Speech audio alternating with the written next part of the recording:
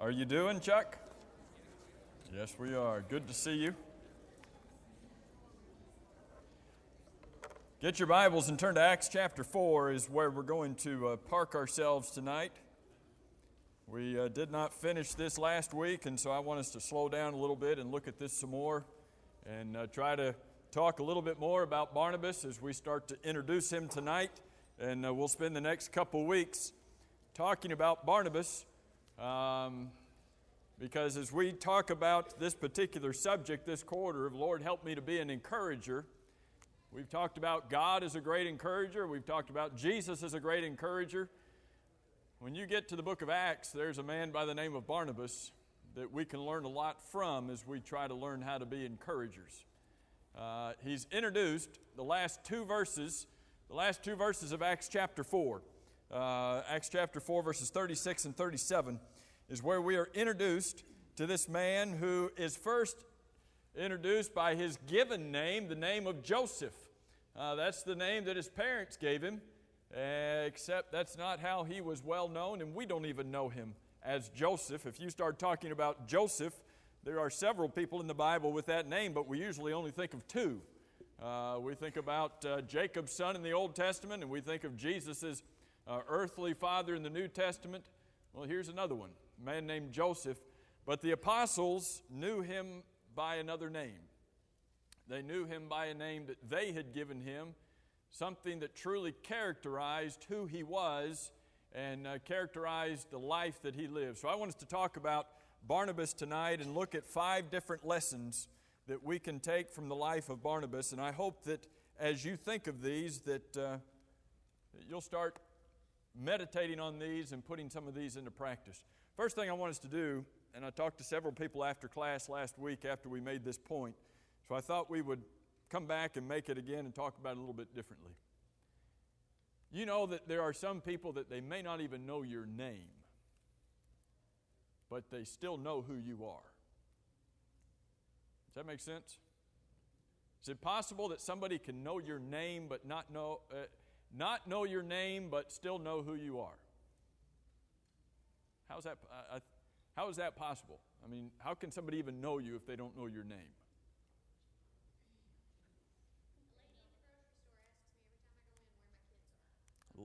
Lady at the grocery store recognizes you because you're there a lot.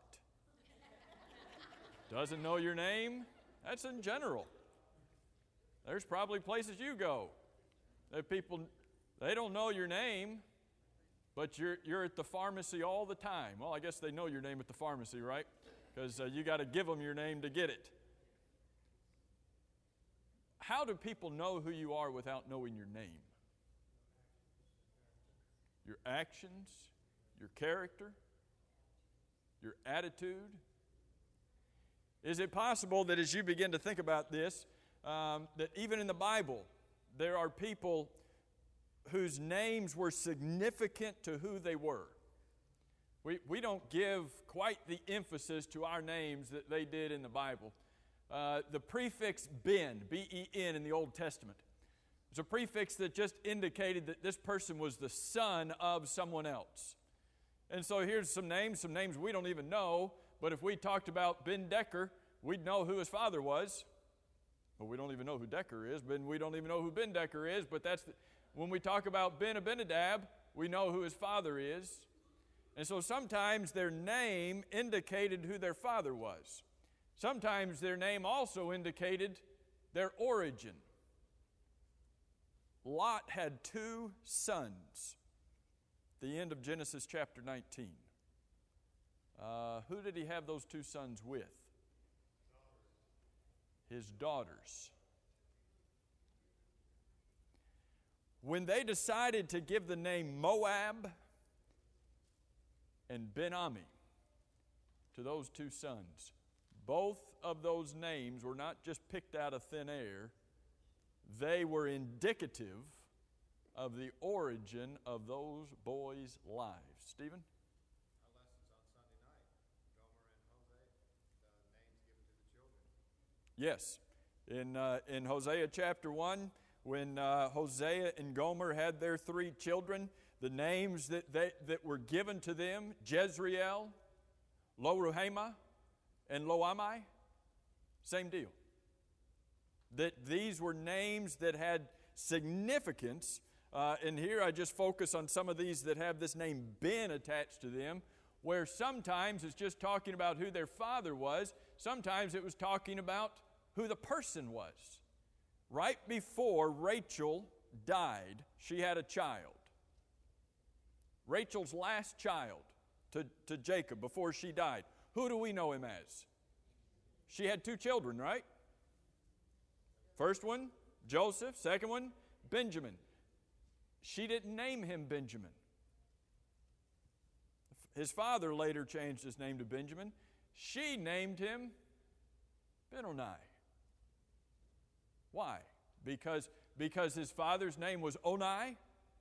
No. This is the son of my sorrow. It was a name that had significance, and so the name itself was not indicative of the father, but of the origin of that child. Similar thing in the New Testament. Instead of the Hebrew prefix Ben, you have the Aramaic prefix of Bar.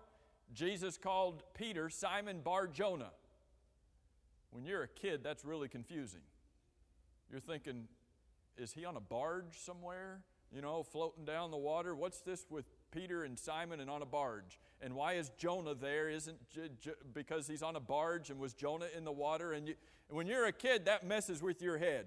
And maybe you're thinking, no, just some dumb kids like you would mess with your head. But here's this prefix. Who was Simon's father? He's Bar-Jonah. He's the son of Jonah. Who is Bartimaeus' his father? Timaeus. Who is Bar-Jesus' father? Jesus, not the Son of God, but another man by that name. But then you have other men, like Bar-Sabbath, the son of the Sabbath. And so here's Barnabas. Not the son of Nabas, but indicative of who he was, the apostles gave him another name. If somebody were to give you another name, I don't know if the apostles knew his name is Joseph or not. The Bible doesn't tell us. Whether they did or not, they gave him another name. What sort of names might people give us today? What sort of names might somebody give you today? What are they going to call you? See, Barnabas was a name, but it was a name that characterized who he was. Is it possible that somebody could they don't know your name, but they just know that you're devout? You're devout in your beliefs. Could they not know you, but know that about you? Or maybe not that you're devout, but that you're a hypocrite. Don't know their name, but that's just a person. They don't know what they believe. Maybe they don't know who you are. They don't know your name, but when they think of you, that person's the real deal. When it comes to walking the talk, that person, he's the real deal. She's the real deal. Or would they maybe look at somebody and say, they're the biggest joke for a Christian on the face of the earth? Couldn't tell you their name, but if that's what a Christian's all about, that's crazy. I don't want anything to do with that. There's a lot in a name, but there's a lot in the reputation that would precede that name. Is it possible that somebody might call you in a derogatory term, a Jesus freak? Or somebody might call you instead a wild party, or a Bible banger, or a bar hopper? Are you trustworthy? I can't remember that guy's name at that shop, but I can trust him. When I take my car there, I can believe what he says. Can't remember his name, but I trust what he's going to say. Or is there some people that not so trustworthy? You might not know who they are, but you're not taking your car there, because there's nothing wrong with your car, but they're going to find everything wrong with it that there isn't wrong with it. Not so trustworthy, where a reputation might precede them. Could we be described as kind-mouthed people, kind-worded people? I don't know that person's name, but they're the most foul-mouthed person I've ever heard. When you hear the concept of that's the most foul-mouthed person I've ever heard, do you have a picture that goes with that? Do you have somebody in your life that you would say, that's the most foul-mouthed person I know? Some of you teachers might be thinking of a student at school. Two? It's a tie. Okay, it's a tie. A boy. Oh, okay. So the most foul-mouthed boy and the most foul-mouthed girl. You might have a picture. When somebody has a characteristic, where does your picture pop up in their head? When you think about your brethren, are there some brethren that, it's hard to remember everybody's name at church. But that person, every time the doors are open, they're their person. They sit on the other side of the building. One day they'll learn to come and sit on my side, and we'll get to know each other at that point. But they're just always there. You know those kind of people? And then there's I haven't seen that person in a while. It's about their reputation. It's about what their lifestyle teaches. Think about some of these other things. Do you have mental pictures of who these people are? Whether it be somebody who's honest or dishonest, somebody who's joyful or miserable, hardworking or lazy. I don't know that person, but I don't want my children to grow up like them. They're the laziest, sorry guy I've ever known. Somebody who's peaceful or somebody who's vicious. Somebody who's faithful or somebody who's fickle. When we talk about being an encourager, do you have to know somebody's name for them to be an encourager to you? Do you have to have a close, intimate relationship with somebody before you can encourage them? Is it possible that you can have an influence on somebody when they don't even know your name? Or you don't even know their name? As I think about being an encourager, is it encouraging to you that there are some folks who are the every time the doors are open Christians here all the time? Is that encouraging to you? Amen. That when you come here and you walk in without a whole lot of pain on your 2 feet, that there's some people who couldn't get in here without a walker or a wheelchair? Or some people whose pain is as bad as it could be, but they're still here when sometimes you're not. Is that encouraging? Is it discouraging to flip it around? Is it discouraging to know those who can be here but are not here? They're the hardly ever here folks. Well, that's not encouraging at all. What about these last three? That's the most reliable person I know on the face of the earth. I can count on her. Is that encouraging? Is the flip-flop discouraging? If you are unreliable, can't count on you. You'll say you'll do something, but if something else happens, you've got a bad memory or whatever, I just can't count on that person. Is that discouraging or encouraging? I'll never ask them to do something again. When you think about the reputation that you have, are you a helper or are you a hinderer? Are you an encourager or are you a discourager? When you think about Barnabas, there's 5 things I want us to see tonight. First thing I want us to see is his name at this point did not matter. His name, Joseph, that wasn't what mattered. What mattered was that he was known as the guy who did the encouraging. If somebody were to give you another name tonight, what would that name be? Would it be a nice name? Would it be a name that you would feel okay to wear? Or would it be a not so nice name? Here's Stephen brought up Lo Ruhama, the second child to Gomer and Hosea. My name means no more mercy. Do you wear that name proudly? If that's what your name means? You go back and you look at Moab and Ben-Ami. Their father is the father of their mother. And your name reflects that. You wear that name proudly? Or here's Barnabas. You read the rest of the book of Acts, and what is he called? It's not Joseph anymore. He's called Barnabas. So not only did the apostles call him Barnabas, that's what chapter 4, verse 36 says, everybody else started calling him Barnabas. When you read, here's Luke writing the gospel, or writing the account in the book of Acts, and he's called Barnabas. Well, where'd Luke get that name? He got that name from God because every word's inspired. So not only are the apostles calling him Barnabas, the encourager, God is calling him the encourager. If God were to give you another name tonight, Jesus came along and changed Simon's name to Peter. You're a stone now. If God were to come along and say, I think I'm going to give you a different name, what name would he choose for you? Being honest, what name would he choose for you? And that's how God looks down. When God looked down and saw Joseph, he saw an encourager.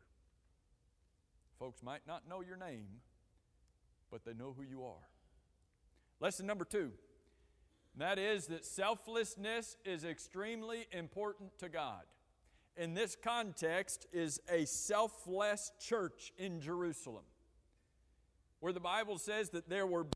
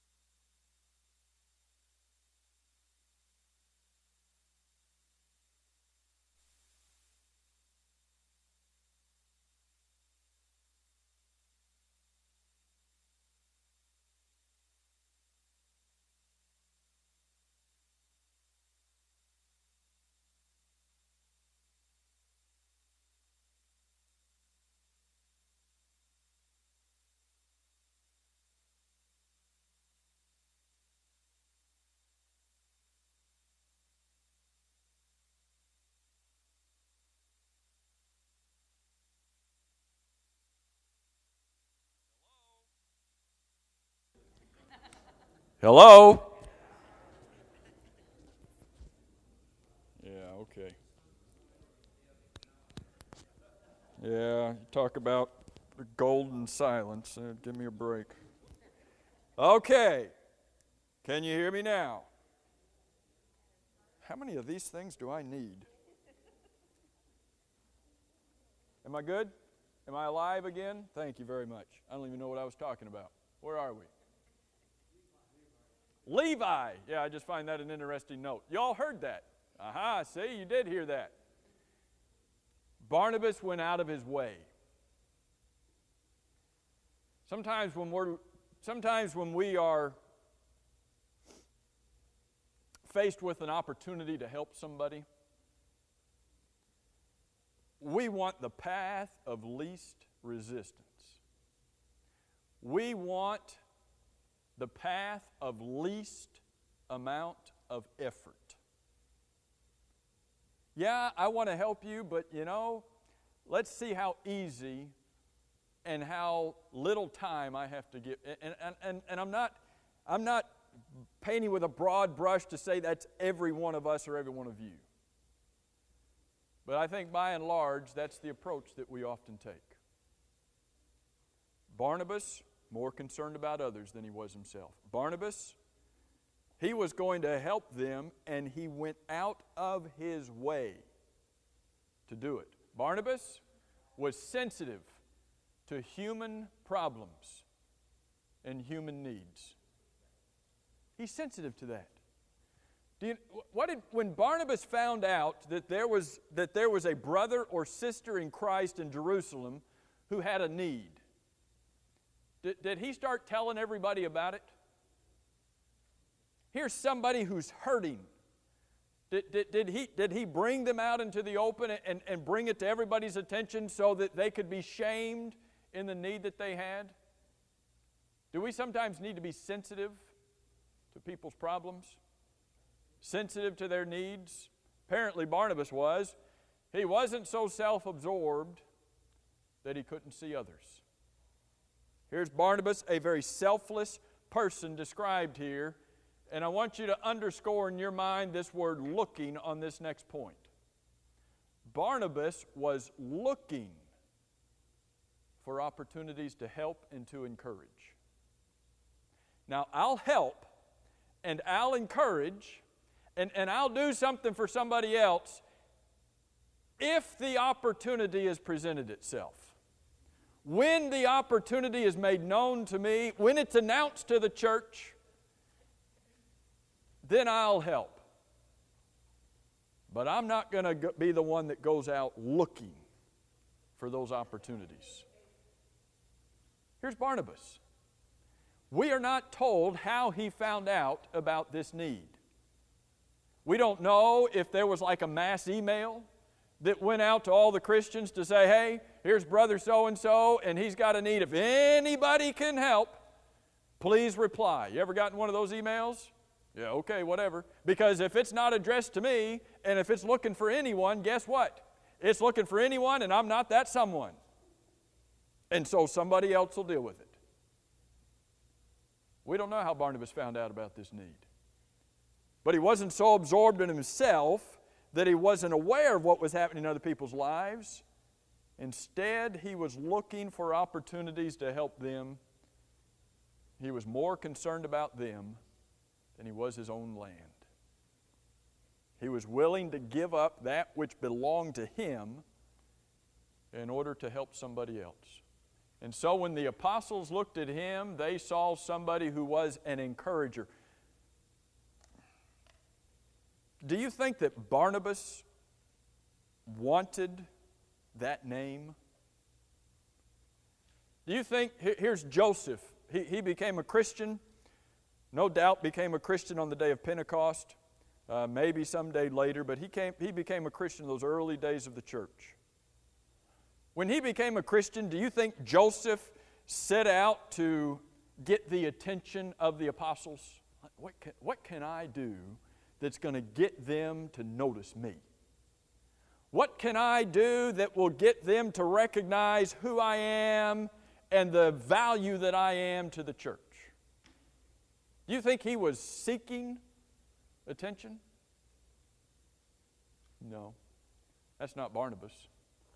We'll talk about motives in just a minute. But here was a selfless Christian in the man Barnabas, and just by being selfless, he was automatically an encourager to those who were around him. Let's look at this point. Do you think church leaders need encouragement? Just say yes, all right? Don't say no. That was a question that was a freebie. Who did Barnabas encourage? Well, who gave him the name?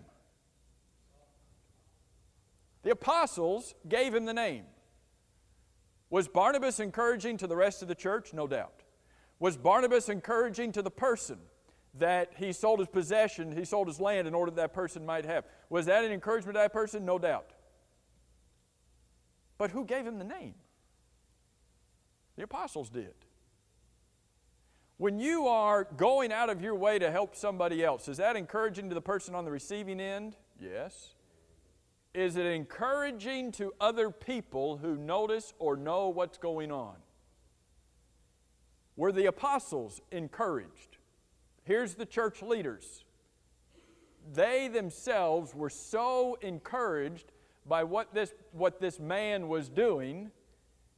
They saw his spirit of sacrifice, and they recognized that this was not just a one-time act. Look in verse 36 at how it words this.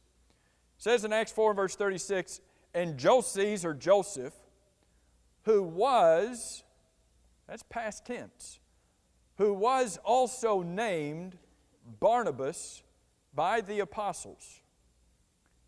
Now, this verse doesn't tell us when, but in your mind, when did the apostles give him this name? When you read Acts 4 and verse 36, does this not appear that the apostles had already given him this name before Acts chapter 4 and verse 36?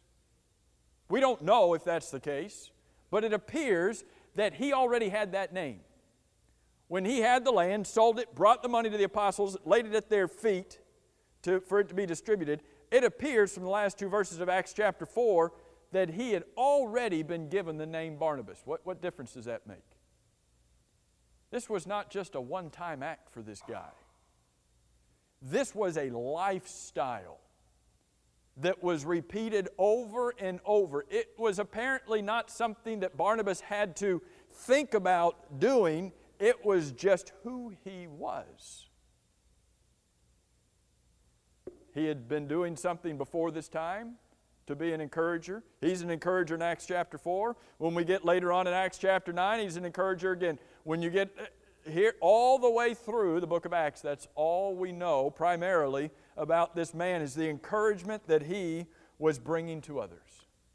And he already had that name. How much land did Barnabas sell? It's like a quarter acre, acre and a half, 10 acres, 100 acres. How much land did he sell?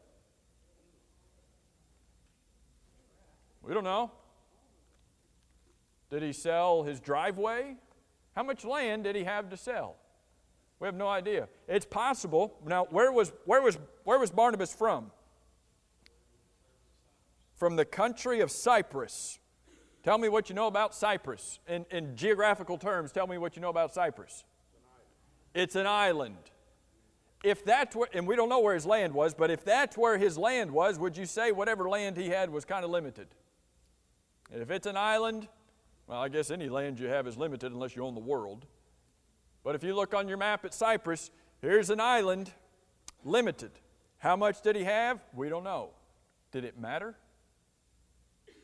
Was it the size of the gift that got God's attention? Was it the fact that it was 10,000 acres? Wow, look at this guy. Isn't it interesting the Bible doesn't tell us? It could have been beachfront property. Could have been. Valuable. Isn't it interesting the Bible doesn't tell us? Could God have told us how much land it was? Yeah. Could God have told us how much money he got for it? Yeah. Could have done it. But he didn't. Why? Because the size didn't matter. When we think about being encouragers, the size of our effort in being an encourager does not matter. Here was a man, the one thing that stuck out in the church leader's mind was that's the encourager guy. You know what's interesting is that Barnabas became a leader in the church. Paul went on his first missionary journey with who? It was Paul and Barnabas were selected in Acts chapter 13. Barnabas travels with Paul on that first missionary journey. And it's interesting that in Acts chapter 14 and verse 14, that Paul and Barnabas are both called apostles. Well, hang on a second. He's not an apostle. He's not one of the original 12. He's not Paul. Well, not in the official sense that those original ones were. He's not Matthias, who was later added in Acts chapter 1. But in the generic way of the meaning of the word apostle is those who are sent. When it was time to select a partner, we're going to see this later, and I'm skipping ahead in the book of Acts. But when you first read about Paul and Barnabas, guess whose name was first? Not Paul's. So we think, our thoughts are, okay, Paul's going on his first missionary journey. Raise your hand if you would like to be considered to go with Paul on his first missionary journey. And you think, oh, here's Barnabas. Oh, I want to get my name in the Bible. Get me, I want my name. When it was more, and it wasn't like this, but it was more likely, Barnabas is going on a missionary journey. Who would like to go with him? And Paul's name was put with Barnabas rather than Barnabas' name being put with Paul's. Here's a man that's very selfless when it comes to his interaction with others, but he himself becomes a leader in the church. Do you suppose when he gained that, what word do I want, status as a church leader, do you think he stopped being an encourager? You think he reached a point where he said, okay, now you all need to encourage me, but I don't need to encourage you anymore? That's not the way we read it. Richard? A lot of times we don't think someone is an encourager because in our minds they're not someone who says a lot of attaboys. Verbally, they're not all that encouraging. Well, nothing that you've been through on the list tonight has anything to do with anything that Barnabas said. Right. It's 100% about what Barnabas did. Yeah. And we should have picked up on that fact. And I kind of want to Good point. make sure that we understood that because talk's cheap. Right. Good point. Richard says we often think of encouragers as those who give a lot of attaboys, and the encouragement is done verbally. But what have we read that Barnabas has said to this point? There's no quotation marks. There are no words that every bit of this to this point is what he did. I think Chuck had his hand up first, and then I'll get Bill and Fran. This fact is part about Paul and Barnabas. Barnabas was the one who took Paul to the apostles because they were scared of him. Yes. So Barnabas is the one who introduced him. Chuck is in our advanced class. He's already in next week's class. He is so far ahead of everybody, and he's already in next week. Good job, Chuck. But I'm not going to repeat what Chuck said because if you didn't hear it, you'll hear it next week. And Bill, you had, and then Fran. I think we're commanded to be the light of the world. It's to the point that my head of you again. No, you said no. Keep going. We're told to be the light of the world. Bill's one of our advanced students too. The light of the world. That is, to a certain extent, we are to encourage. Christ lives in us, and they see that.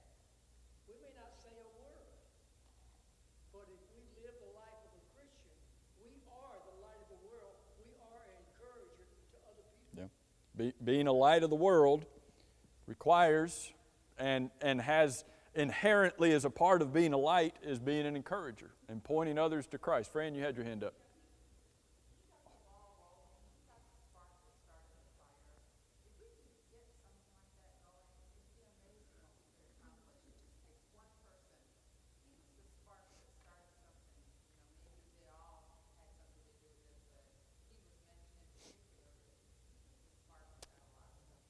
You know, that's an interesting point that is often made, and that is, here's a man, and Barnabas is the one we're talking about tonight, but we could choose other men in the history of the Bible. Here's Barnabas, and Fran says he's the spark that got a lot of good things going. And if we could get somebody to become and to do that today, then we would be like that church and be growing numerically and spiritually if we could just get someone to be that spark. And Fran's absolutely right. Except notice that when you're pointing your finger and saying who is going to do it, that you've got some of those fingers that are still pointing back at you. How many people does it need to start with? Well, one can start it, but it's got to start here. We talked last week, and I agree with your point, Fran, and I'm just trying to make it more personally applicable to each of us. We talked last week about the fact that we may not be an encourager and we may not go out of our way and do all of those things we talked about Barnabas because nobody else is doing that for me. Is that what we're looking for? Are we just going to be the mirror? Are we going to be the backboard? Are we going to be the reflection of what other people do for us? Or are we going to be that spark? Are we going to be the one who initiated? If you want more encouragers in the church, you know what's a guaranteed way to get them? And you know what you can do about it? What can I do about people being more encouraging? I think I can probably be an encourager. I don't want to get back here on Barnabas. I've already lost control of this. I lost control a long time ago, right? Let me give you the last 2 points. The bell's going to get us.